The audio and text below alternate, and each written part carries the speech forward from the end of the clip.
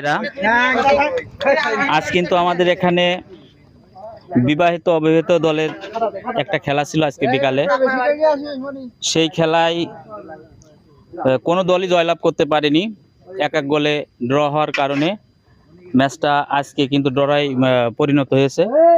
তো সেই খেলাকে কেন্দ্র করে আজকের আমাদের এই পিকনিকের আয়োজন হরদেবপুর গ্রামবাসী গ্রামের সকলে কিন্তু এই আয়োজনটা করেছে।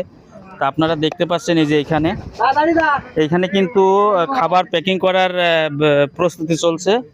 তা আসলে আমাদের যে পরিবেশনা করছে আমাদের ভাই আলম, সে কিন্তু নিখুঁতভাবে, মানে ঝোলের পরিমাণে কোনোটাই বেশি নেই। আপনারা দেখেন একটু ভালো করে, সেভাবে কিন্তু ঝোলটাও কিন্তু সমান। এই যে এখানে মাংস আছে, এই যে আমার ভাত রান্না করছে আমার এক ভাই উজ্জ্বল। তো আমরা কিছু কথা বলি, কার সাথে বলবো?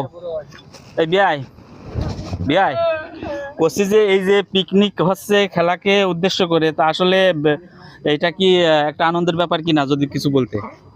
আমাদের খুব আনন্দের বিষয়, যুব ছেলেপেলে আমাদের গ্রামের সবাই মিলেমিশে একটা খেলার আয়োজন করা হয়েছে।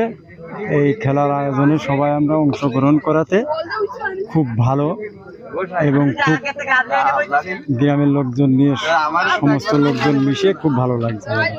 তো প্রিয় ভাইরা, আপনারা বুঝতে পারলেন আসলে আমাদের খেলাকে উদ্দেশ্য করে আজকের এই পিকনিক। এই যে আমার এক ভাই আছে নাইমের সাথে কিছু কথা বলে আসলে। আর নাইম, এই যে আমরা আজকে যে আয়োজনটা, আসলে এটা কি একটা আনন্দের ব্যাপার কিনা? হরদেবপুর গ্রামের সকলে মিলে খেলাধুলো করেছে, অনেক আনন্দের ব্যাপার। এটা আসলে দিন দিন মানে চলে যাচ্ছে। এখন ছেলেপিলে পোলাপান সব মোবাইলে আসক্ত, মাদকে আসক্ত হয়ে যাচ্ছে।